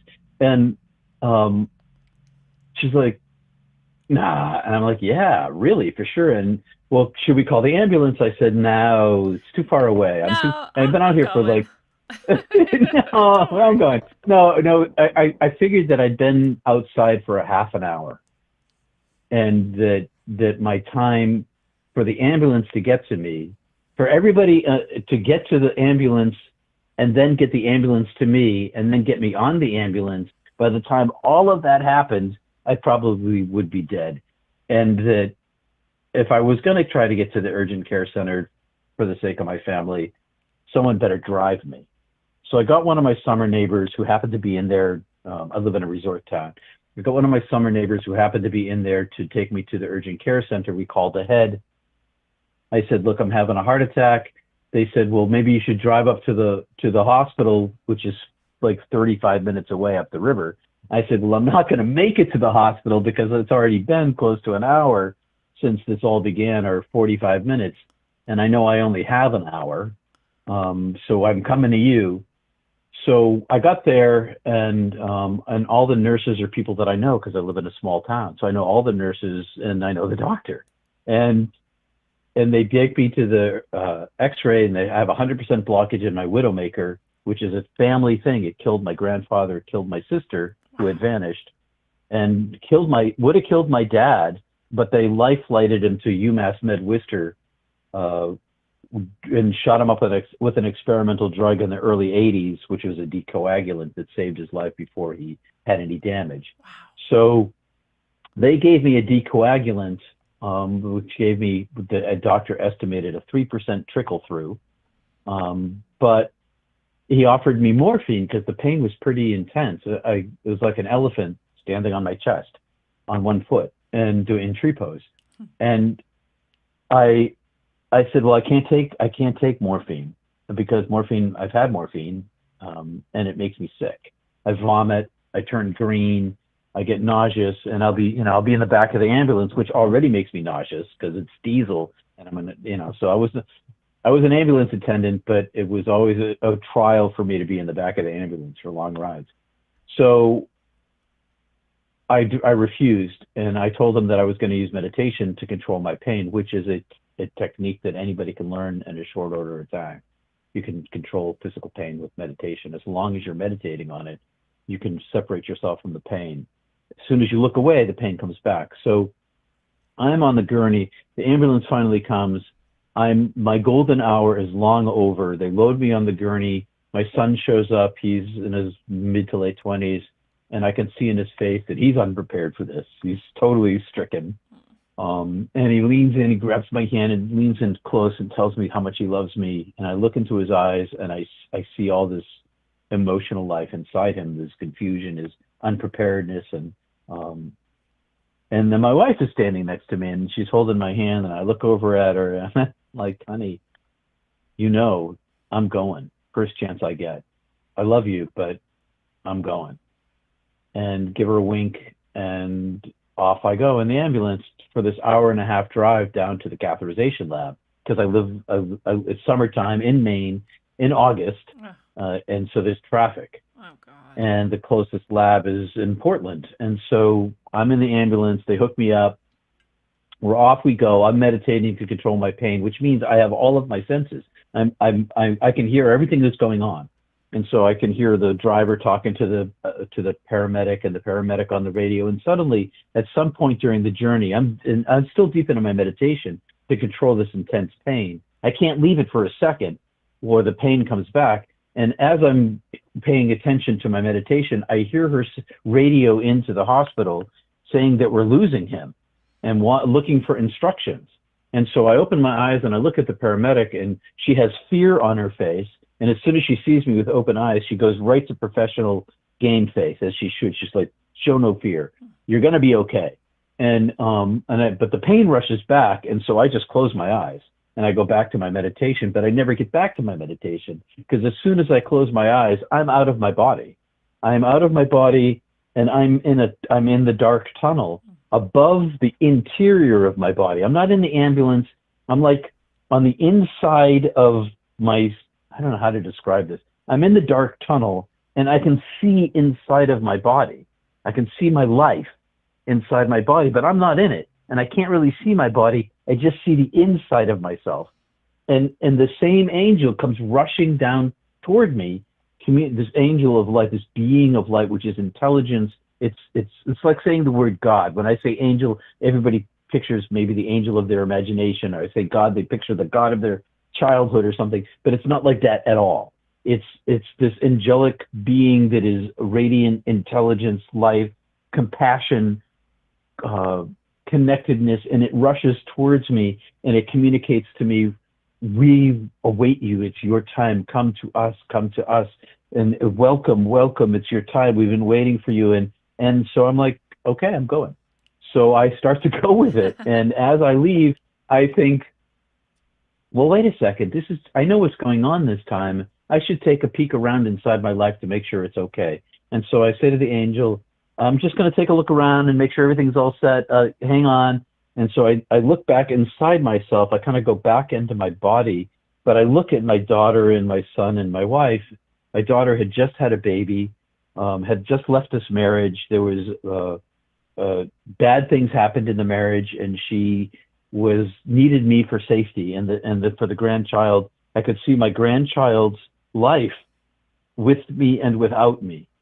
And I saw my son, and I saw his unpreparedness, and I realized that especially my granddaughter, really needed me. I saw what it would be like without a father figure in her life. And so I turn around, I go back outside. The angel has receded. It rushes back toward me with the same message. And I basically say, if it's all the same to you, I'm going to hang around here for a little while longer. And I just turned around and went back inside my body again. And next thing I know, I'm at the catheterization lab, and I get a stent, no morphine, and I meditate until such a time that night when I can't do it anymore. So I'm in the ICU, still focusing, still concentrating, still keeping my pain at bay. And finally, I find out that they can give me something powerful that's not morphine, which I would have asked for like 5 hours. Yeah, that would have been nice. Right. So finally we get that. And I wake up the next day, and they move me to a private room, and my family's there, and a bunch of my friends are there. Some of them work in the hospital, some of them live in Portland, and so there's a crowd in my room pretty quickly. And it turns out that my son is there, and he told me, and my wife told me this too, that the doctor told them both to say goodbye to me, because the doctor said, your dad's not going to make it. He is going to die on the way, and there's really nothing that can be done about it because of the golden hour. And if he lives, which probably won't happen, he's going to have scarring in his heart because of this long period of time between when the heart was working and when it wasn't. And so I ended up with a bunch of damage, muscular damage in my heart. I got all sorts of scarring. But my son said to me, yeah, the doctor told me to say goodbye to you. That's why I said goodbye to you. And then I'm still in the hospital like 2 days later. And my publisher contacts me and says, Amazon's releasing your book a month early. And so it was released when I was in the hospital about my near-death experience. Wow. My first one, which is kind of crazy. Yeah. And then and so all my buddies are giving me a hard time. What is this, some kind of, some publicity stunt? This is your PR. Right, exactly. Oh my God. So every single time I've had a mystical experience, and I'm sure this happened to you too, you come back a different person. You have a new identity. In Christian language, it's being born again. Yeah. I came back with a new identity every mystical experience I've had. And I've had a bunch besides my NDEs, but my NDEs have radically changed me. And so the second time, I was radically changed again. I'd had a television show at this point, a spot, I should say, for 15 years on daily TV that I wrote and was the talking head for. for an inspirational 2 minutes on 2 NBC stations. And meanwhile, the TV stations got purchased by a new corporation. And the nonprofit I worked in that had been sistered with this TV station, starting back when it was on AM radio in 1926, they told me that my show was over. And I was still in the hospital when they called. They said, we're going to phase you out. We love you guys, but we have new corporate owners and they don't want you there anymore. And so then suddenly my career was ending, and I came back with a new personality, a new self, and didn't know what to do, and decided to finally go all in and start talking about it. And so I unzipped my lips. I had begun to unzip my lips. I had already begun that, but I unzipped them in a very pretty profound way, by which I mean I can't ever go back to what I was doing before, because now it's unlikely that people were going to hire me. Yes. I relate to that as well. People are like, why didn't you tell us? I'm like, well, first of all, I did sometimes try to tell you things and you were very much not interested in it. It was too scary or too weird for you. And secondly, it's very lonely, actually. I mean, you can share this and sometimes people can want to know and they can respond and react, and other times people do not know how to handle it, and then you're just the weirdo, and then every time they see you they're like, oh god, that's what am I supposed to, and you're like, well, I guess I just won't then. And also, I'm supposed to meet people and be like, hi, I'm Lindsay, a lot of weird shit has happened to me, like, here's all of it. You're not just gonna dump it on people's laps either. So it's a weird thing, but I relate to not being able to go back to what you were doing before. And I think it's very brave of you, but also I'm sure it's so helpful for so many people to be hearing these things from your experience and to be able to, I know the audience this whole time, people are literally saying, like, I'm just sitting here on the edge of my seat. Like, what else? What else is he going to talk about and share? But I wanted to ask too, when these other experiences you've had and what's happened since the first near-death experience, they said to you, it won't be your life. Do you understand what they meant? And do you feel like that's been true? I didn't understand what it meant at the time, but I definitely understand what it means now. I became a different person. Gotcha. And so the life that I had lived ended. So I was going to die, and my parents' lives and my family life was going to be entirely different. And then I chose not to die. I chose to come back, and that changed their lives. But by my coming back, I was never going to go back to the life that I was going to lead, because that life was dead. And so I came back as a new person, and I had to figure out what it meant not to live that life. And I summarize it by saying, well, I didn't become an architect. I became, I went into, I am not a religious person. I'm not a person of faith. I'm not a believer, but I work in religion. I'm a knower of the divine that speaks with a Christian accent. I'm a mystic.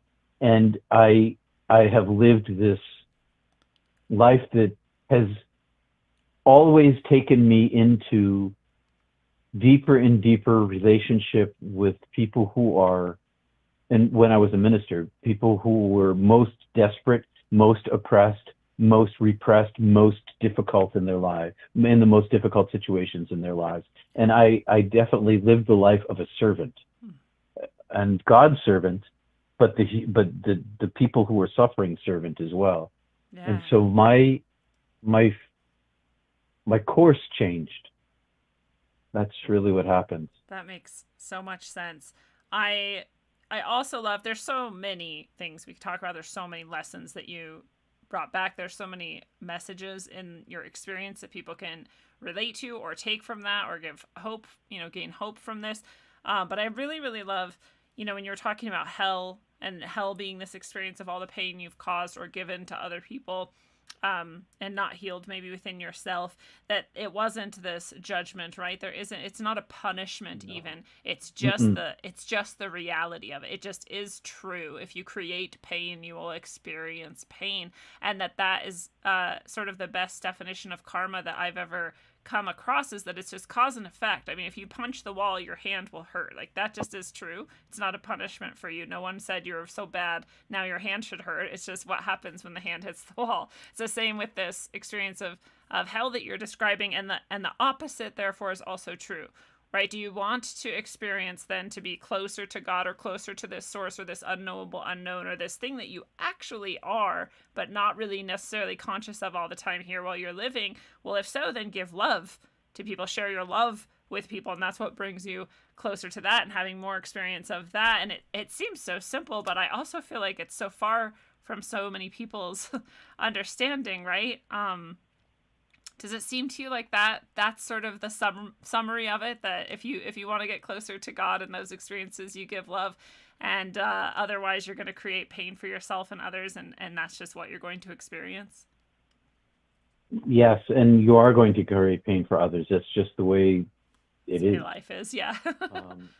The Baha'i have this story where there's this woman, she dies, and the angel of death comes to collect her, and he takes her up to the top of this mountain and sits her down, and then he reaches inside her chest, and she's quite surprised that he does it. Reaches inside her chest and pulls out her heart, and her heart is made of stone, and a scale appears, and he puts the stone on the scale, and the scale tips to the stone side, and then he reaches inside his tunic, and she's all full of fear, and he pulls out a white feather, and she's even more fearful. And then he puts the white feather on the other side of the scale, and miraculously the feather weighs more than the stone.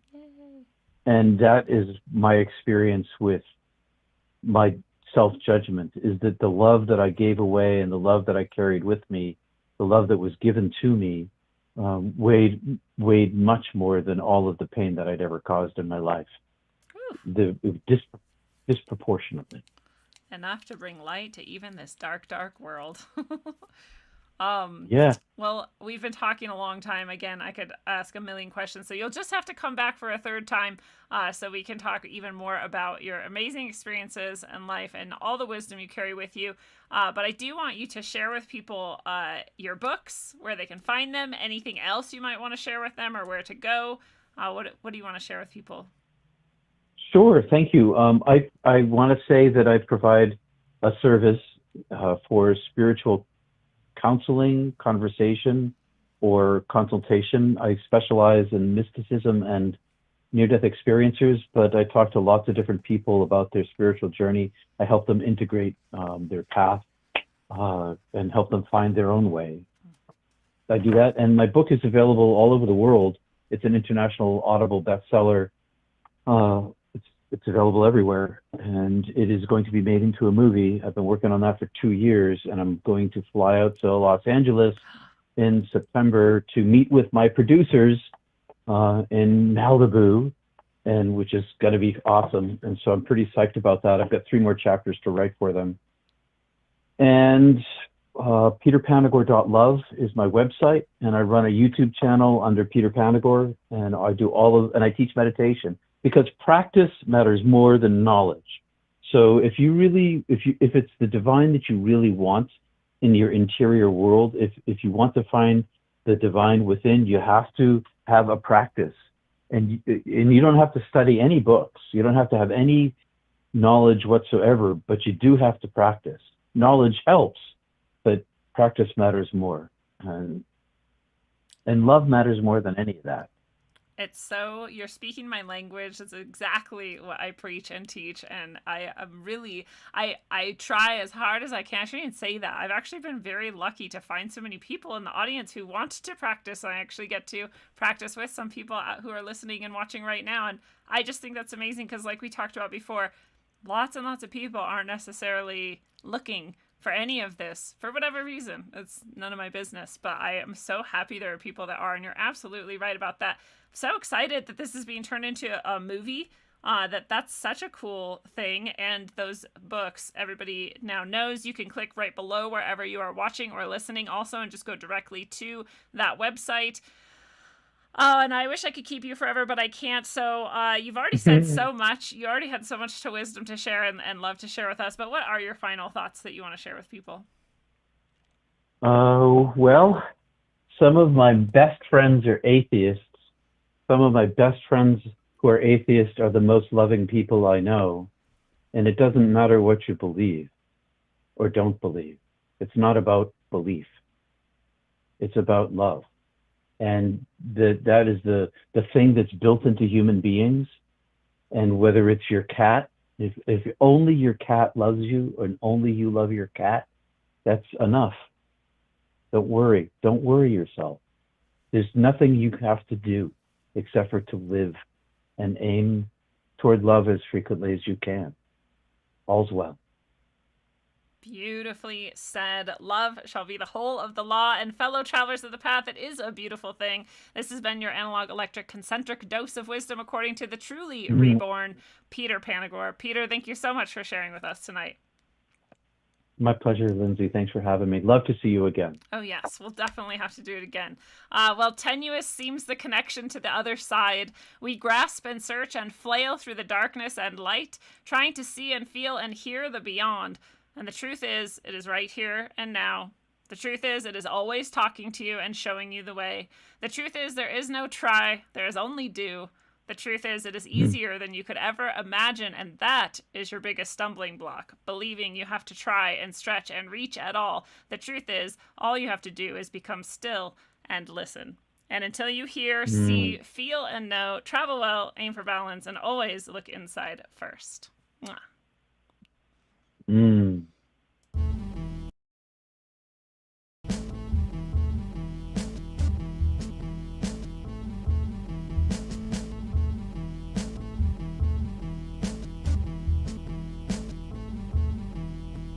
Nasty motherfuckers with a hook and a sickle.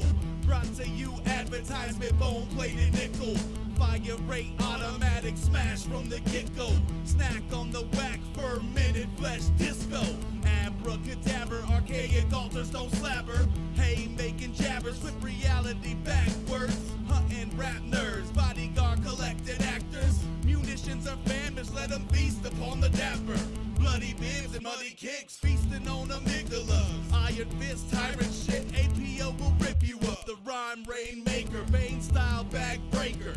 Gang is contemplated uranium satellite lasers. Cloaked in anonymity, I know you never heard of me. No rusted tools used for Crowley style surgery. Dissect a whole sect, God body. God taught me to dissect the whole body. When it gets sloppy, I'ma get there. Rhymes rare like steak, get crushed like crates to create 52 states. And it's Baghdad, dusted towels, no rags, straight melt dash. Dust to ash, turbans while the niggas perkin'. It's on purpose, my service touches the sun's surface. And rainbows touch serpents. My light all night shines so bright.